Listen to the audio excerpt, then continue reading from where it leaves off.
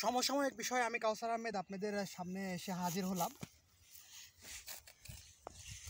তো আমরা অনেকেই অনেক কিছু ফলো করছি,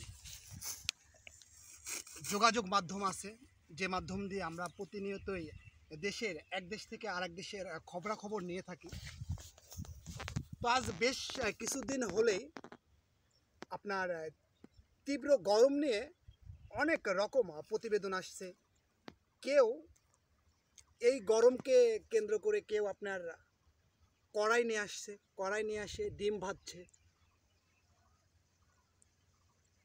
কারো কারো ভিডিওতে দেখলাম ডিম হয়ে যাচ্ছে, কারো কারো ভিডিওতে দেখলাম ডিম হচ্ছে না। তো এই যে বিষয়টা আপনারা কেউ ওইভাবে নেন না। আমি যে বিষয়টা নিয়ে আপনাদের সাথে আমি আজকে কথা বলতে আসছি সেটা হচ্ছে তীব্র গরম নিয়ে। তীব্র গরমে আমাদের যেগুলো আসলে করণীয়, আমরা প্রতিনিয়তই আমরা অ্যালাউন্স পাচ্ছি যে তীব্র গরমে আপনাকে ঠান্ডা জাতীয় খাবার খেতে হবে, ঠান্ডা জায়গায় থাকতে হবে, ছায়াতে থাকতে হবে, এরকম অনেক নানা রকম কথাবার্তা আছে। তো কেউ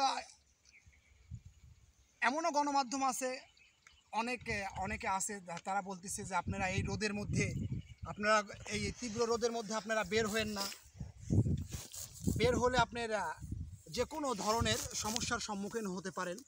যেমন ধরেন আপনার হিট স্ট্রোক হতে পারে, এই রোদ থেকে অনেক রকমের হতে পারে। কিন্তু একটাবার কি ভেবেছেন, আমরা যারা এই যে সাধারণ, যারা আমার মতো, যারা এই দিনমজুরি, যারা আমার মতো, যারা শ্রমিক, তাদের তো ভাই খেতে হবে, তাদের এক মুঠো খেতে হবে। তাহলে তারা কি করবে?